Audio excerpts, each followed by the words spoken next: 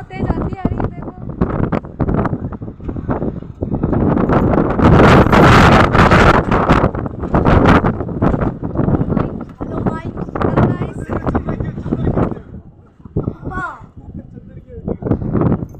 Hello guys, आंधी आ रही है हमारे शाहपुरा में आज। हमारी टंकी को ध्यान रहा तो थोड़ा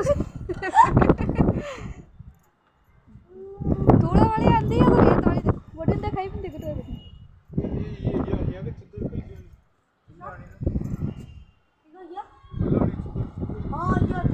गाइस बहुत तेज हवा है।